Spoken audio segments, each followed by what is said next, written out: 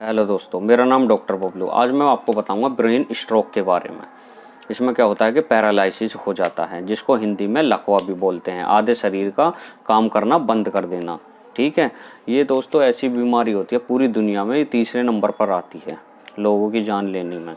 जो लोगों की जान लेती है ये तीसरे नंबर पर आती है। ठीक है, ये स्ट्रोक दो तरह का होता है दोस्तों। स्ट्रोक दो तरह का होता है। ब्रेन स्ट्रोक, ब्रेन अटैक, जिसे ब्रेन अटैक भी बोल सकते हैं। तो ये दो तरह का होता है। ठीक है, एक होता है हेमरेजिक, दूसरा होता है इस्चेमिक। एक होता है हेमरेजिक, दूसरा होता है इस्चेमिक। अब बताता हूँ आपको हेमरेजिक स्ट्रोक के बारे में। हेमरेजिक स्ट्रोक होता क्या है। इसमें जैसे किसी पाइप में प्रेशर ज़्यादा है। ठीक है, ये हाइपरटेंशन मैं बताता हूँ, को जिसका बीपी बड़ा होता है, हाई ब्लड प्रेशर होता है। तो जैसे किसी पाइप में प्रेशर जाता है तो उसके फटने के चांस होते हैं। ठीक है, ऐसे ही किसी का अगर ब्लड प्रेशर हाई होता है, बीपी हाई होता है, ठीक है, तो इसमें क्या होता है कि जो दिमाग की नसें होती हैं ना, वो फट जाती हैं। इससे क्या होता है कि इंटरनल ब्लीडिंग होनी स्टार्ट हो जाती है ब्रेन के अंदर, दिमाग के अंदर। ठीक है, इससे सेरिब्रल एडिमा हो जाता है, खून वहाँ पर जमने लगता है ब्रेन में, जिससे क्या होता है, सेल डेथ होने लगती है ब्रेन की। ठीक है, दूसरा होता है इस्चेमिक स्ट्रोक। अब ये इस्चेमिक स्ट्रोक क्या होता है। इस्चेमिक स्ट्रोक ये होता है कि जो दिमाग की नसें होती हैं ना, दिमाग की नसों में खून का दब्बा जम जाना। अब खून का दब्बा अगर दिमाग की नसों में जम जाएगा तो इससे क्या होगा कि ब्लड ब्रेन तक नहीं पहुंच पाएगा। ठीक है, जो ब्लड होता है, ब्लड क्या करता है कि न्यूट्रिशन और ऑक्सीजन प्रोवाइड कराता है किसको, ब्रेन को। तो ब्रेन को प्रोवाइड कराता है। जब ब्लड नहीं पहुंच पाएगा कहाँ तक, ब्रेन तक। क्यों, वहाँ पर खून का दब्बा जम रहा है उसकी नस में, तो वो ब्लड ऊपर तक नहीं पहुंचेगा, खून का दब्बा जम रहा है। तो इससे क्या होगा, जो ब्रेन होता है ना, ब्रेन की सेल डेथ होने लगती है, वहाँ पर काला पड़ जाता है। ठीक है, इसको बोलते हैं हम इस्चेमिक स्ट्रोक। ठीक है दोस्तों, अब मैं आपको बताता हूँ कि अगर किसी को स्ट्रोक आया है, ठीक है, किसी को स्ट्रोक आया है, किसी को लकवा यानी कि पैरालिसिस हुआ है, तो मतलब उसको ब्रेन स्ट्रोक आया है, तो उसमें लक्षण क्या क्या दिखेंगे। तो उसमें लक्षण दिखेंगे दोस्तों, उसका जो फेस जो है वो टेढ़ा हो जाएगा। ठीक है, आधा शरीर देखोगे, उसके हाथ पैर, ठीक है, काम करना बंद कर देंगे। ठीक है, सुन्न हो जाएंगे, काम करना बंद कर देंगे, या वीकनेस हो जाएगी। ठीक है, वो स्पीच बोलेगा तो स्पीच ब्लरिंग स्पीच, यानी कि सॉरी, स्पीच ठीक से नहीं बोल पाएगा, यानी कि बोलेगा वो ठीक से नहीं बोल पाएगा। ठीक है दोस्तों, चौथा होता है कि हेडेक, उसके सिर में दर्द होगा, या ब्लरिंग विजन, उसको देखने में प्रॉब्लम होगी, या फिर चलने फिरने में प्रॉब्लम होगी, इसको वोमिटिंग आएगी, यानी कि उल्टी भी आएंगी। ठीक है, या फिर अनकॉन्शियस, वो बेहोश भी हो सकता है। ठीक है दोस्तों, ये था इसका क्लिनिकल फीचर, उसमें ये दिखेंगे। अब उसमें ये दिखे तो ये किस कारण से होता है। अब इसका कारण मैं बताता हूँ। अब बताता हूँ इसके कारण के बारे में, ये किस कारण से होता है। ये होता है हाइपरटेंशन। किसी का ज़्यादा बीपी बढ़ रहा है, हाई ब्लड प्रेशर है। हाई ब्लड प्रेशर होगा तो जो दिमाग की नसें होती हैं उसमें प्रेशर ज़्यादा हाई होगा, तो हाई होने की वजह से क्या होता है, हेमरेजिक स्ट्रोक भी हो सकता है, दिमाग की नसें भी फट सकती हैं, या फिर इस्चेमिक हो सकता है। खून का दब्बा होता है, जैसे वो दिल में बना खून का दब्बा दिल में बना, वो ब्लड के सहारे कहाँ पहुँचा, दिमाग में, और दिमाग की नस में जाके अटक गया। अटकने से क्या होता है कि स्ट्रोक, इस्चेमिक स्ट्रोक हो जाता है। ठीक है, ये होता है हाइपरटेंशन, हाई ब्लड प्रेशर की वजह से। ठीक है, दूसरा डायबिटीज़ मेलाइटस, किसी में मधुमेह की बीमारी है, शुगर है किसी को, तो उसमें भी ये हो सकता है।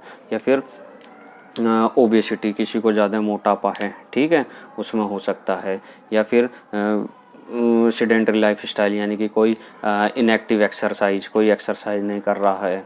ठीक है, ऐसे ही मतलब आराम करना, ज़्यादा लाइफ स्टाइल, कुछ एक्सरसाइज नहीं कर रहा, तो उसमें भी ये मोस्टली हो सकता है। ठीक है, और होता है अंडरलाइंग कार्डियक कॉजेज़, जैसे दिल की बीमारी में क्या होता है कि अगर खून का दब्बा वहाँ जमा तो वो ब्रेन तक पहुँच सकता है। और क्या होता है, दूसरा कोर्स क्या होता है, स्मोकिंग। कोई ज़्यादा स्मोकिंग कर रहा है या अल्कोहल ज़्यादा इंटेक कर रहा है, उसकी वजह से भी ब्रेन स्ट्रोक हो सकता है।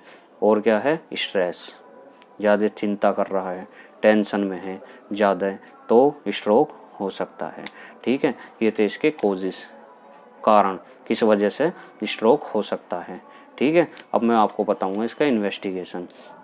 सबसे मेन क्या होता है कि अगर किसी को स्ट्रोक होया, सबसे मेन क्या है, उसको समय रहते हॉस्पिटल में एडमिट करना, समय रहते हॉस्पिटल में एडमिट करना, क्योंकि 4 साढ़े 4 घंटे के अंदर उसको एडमिट करना बहुत ज़रूरी है। इसका कोई घर पे इतना प्रॉपर ट्रीटमेंट नहीं होता, इसका हॉस्पिटल में ट्रीटमेंट होता है। हॉस्पिटल में भी उस जगह पर ले जाएं जहाँ पर न्यूरोलॉजिस्ट डॉक्टर हो, CT स्कैन MRI की सुविधा हो, क्योंकि वहाँ पर ही इसका प्रॉपर ट्रीटमेंट, अच्छे से ट्रीटमेंट हो सकता है। तो इसका इन्वेस्टिगेशन क्या है, इन्वेस्टिगेशन है, मेन जो इन्वेस्टिगेशन होता है इसका MRI या फिर CT स्कैन, ठीक है। और भी होते हैं, इनको करने से पता लग जाता है कि या तो हेमरेजिक स्ट्रोक है या फिर इस्चेमिक स्ट्रोक है, ठीक है। अगर ये पता लग गया तो फिर और भी इन्वेस्टिगेशन कराते हैं, जैसे एंजियोग्राफी कराते हैं, LFT कराते हैं, KFT कराते हैं, लिपिड प्रोफाइल कराते हैं, कोलेस्ट्रॉल की जांच कराते हैं, ठीक है। ये पता होने के बाद कि कौन सा उसको स्ट्रोक है, हेमरेजिक है या इस्चेमिक है। हेमरेजिक 20% होता है, इस्चेमिक 80% होता है, ठीक है। अब ये पता कर लिया कि इसको स्ट्रोक कौन सा है, तो इसका ट्रीटमेंट करेंगे। ट्रीटमेंट में क्या है, सबसे मैंने आपको पहले बताया कि सबसे पहले उसको उस हॉस्पिटल में ले जाएंगे जहाँ पर स्ट्रोक की सुविधा होगी, जहाँ पर स्ट्रोक ट्रीटमेंट की सुविधा होगी, जहाँ पर न्यूरोलॉजिस्ट मिलेगा, जहाँ पर MRI CT स्कैन की सुविधा होगी। क्योंकि दोस्तों ये एक टीम वर्क होता है ना डॉक्टरों का, तो उसी से ये कंट्रोल हो सकता है, ठीक है। तो इसके 2 तरह के मेडिकल ट्रीटमेंट और सर्जिकल ट्रीटमेंट होता है, ये न्यूरोलॉजिस्ट पर डिपेंड करता है। मेडिकल ट्रीटमेंट में क्या, अगर किसी को इस्चेमिक स्ट्रोक है, यानी कि किसी को खून के दब्बा है, ठीक है, उसकी वजह से स्ट्रोक हो रहा है, तो उसमें क्या एंटीप्लेटलेट ड्रग देंगे, यानी कि या एंटीकोगुलेंट ड्रग देंगे। जो वो दब्बा जम रहा है उसको ड्रग देने की वजह से क्या वो दब्बा जो है खून का वो घुल जाता है, जो दिमाग की नस में जम रहा है, ठीक है दोस्तों। तो उसको देंगे, ये होगा मेडिकल ट्रीटमेंट। और टाइम रहते हॉस्पिटल में एडमिट करेंगे, ये तो होता ही होता है। और दूसरा क्या होता है कि जो पेशेंट होता है उसको ऑक्सीजन की थोड़ी कमी हो जाती है, तो ऑक्सीजन भी देते हैं, या फिर वो सही से खा पी नहीं रहा तो उसको नेज़ोगैस्ट्रिक ट्यूब लगाते हैं, राइल्स ट्यूब लगाते हैं नाक के द्वारा, कि वो कुछ खा पी सके, ठीक है। और क्या करते हैं, उसका हाई ब्लड प्रेशर को कंट्रोल करते हैं, कि ब्लड प्रेशर को कंट्रोल करना भी बहुत ज़रूरी होता है। या फिर डायबिटीज़ को कंट्रोल करते हैं, ठीक है। अंडरलाइंग कोजेज जैसे दिल की कोई बीमारी हुई उसको कंट्रोल करेंगे, हाइपरटेंशन, और ठीक है। और प्रिवेंशन तो यही है इसका। और प्रिवेंशन हम कैसे कैसे बच सकते हैं, ओबेसिटी को कंट्रोल करेंगे, टेंशन कम लेंगे, स्ट्रेस कम लेंगे, ये था।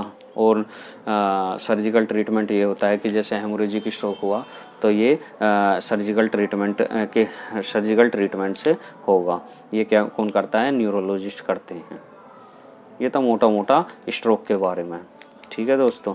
प्लीज़ मेरे चैनल को सब्सक्राइब करें, लाइक करें।